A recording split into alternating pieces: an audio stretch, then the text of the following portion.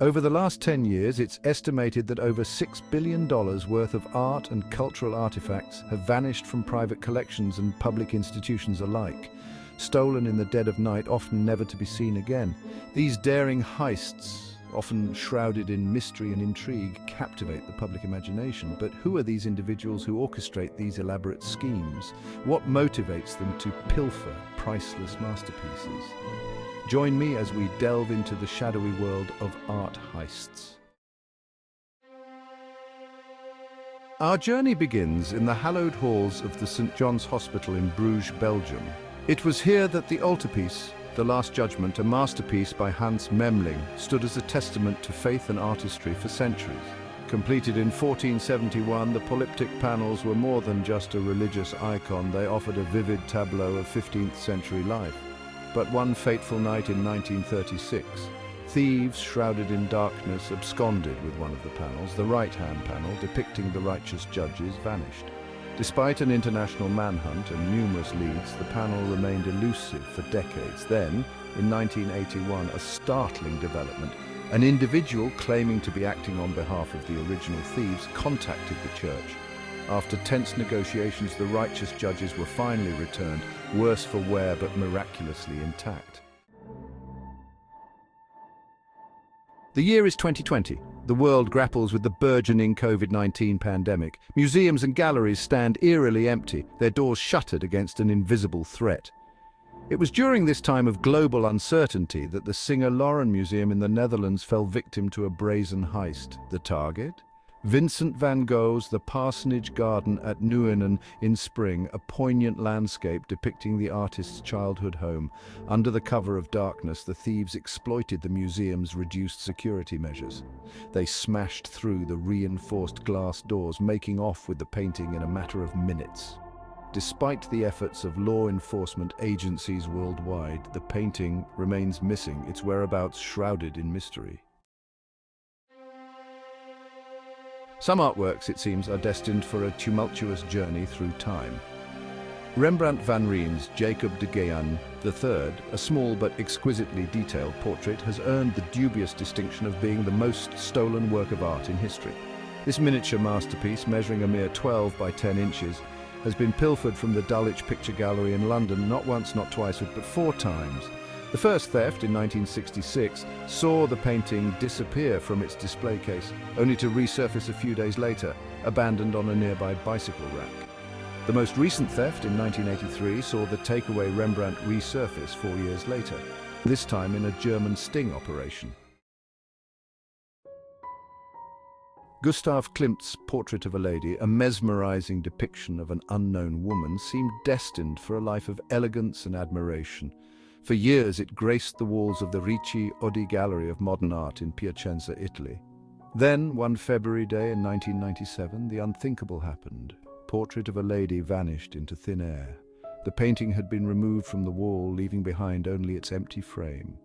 Years turned into decades, and the Portrait of a Lady faded into the realm of stolen masterpieces. But in December 1997, a gardener clearing ivy found a hidden compartment.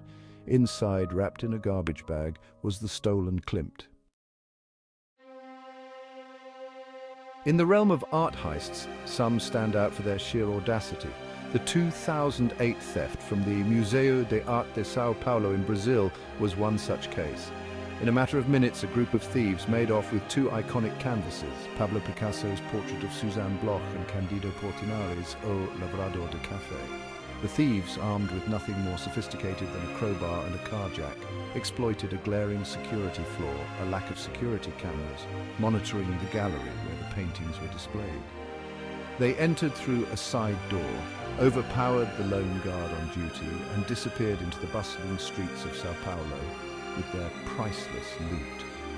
The Brazilian authorities launched a full-scale investigation, but the trail quickly went cold. Then in 2016, a glimmer of hope emerged. Acting on a tip, police raided a house on the outskirts of São Paulo.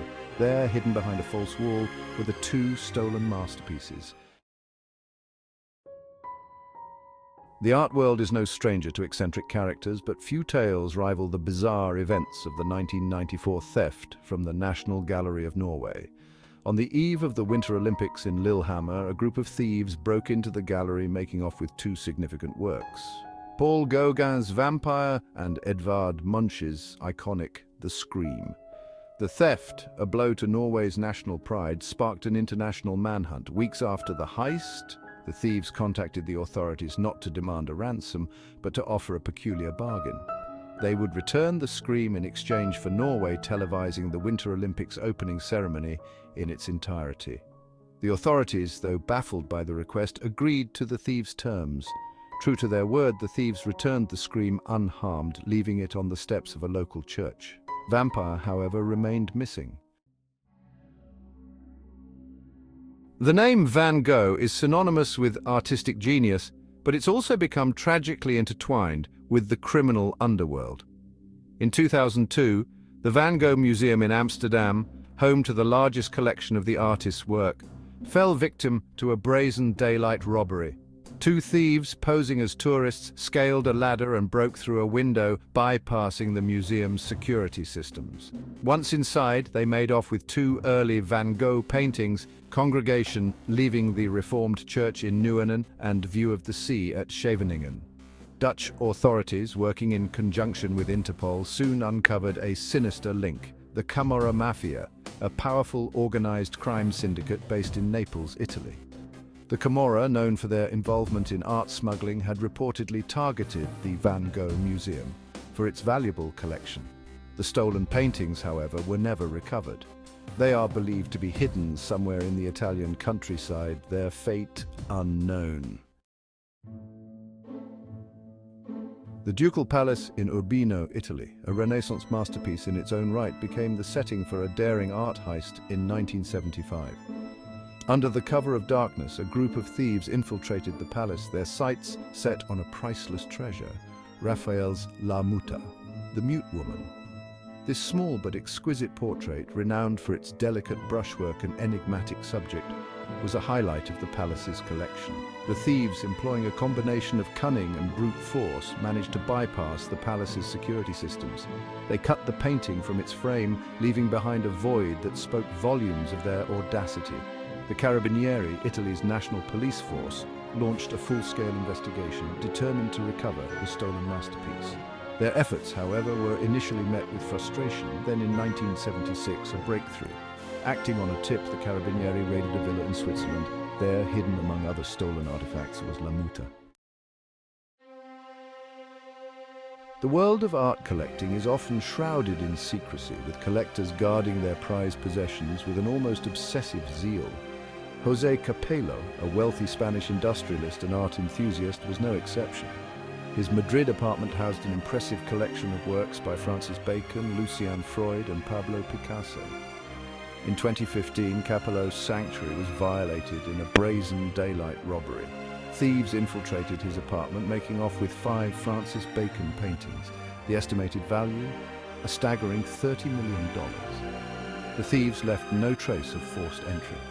The investigation became an international affair, with Spanish authorities collaborating with Interpol. Acting on a tip, police raided a property in Madrid. They recovered 3 of the stolen Bacon paintings. From the cobbled streets of Bruges to the bustling avenues of Sao Paulo, our journey through the world of art heists has exposed the dark underbelly of the art market. These stories, though often tragic, highlight the enduring allure of art and its power to ignite passions both noble and nefarious. Don't forget to hit that like button, subscribe to my channel, and ring the bell for more captivating content on art, crime, and everything in between.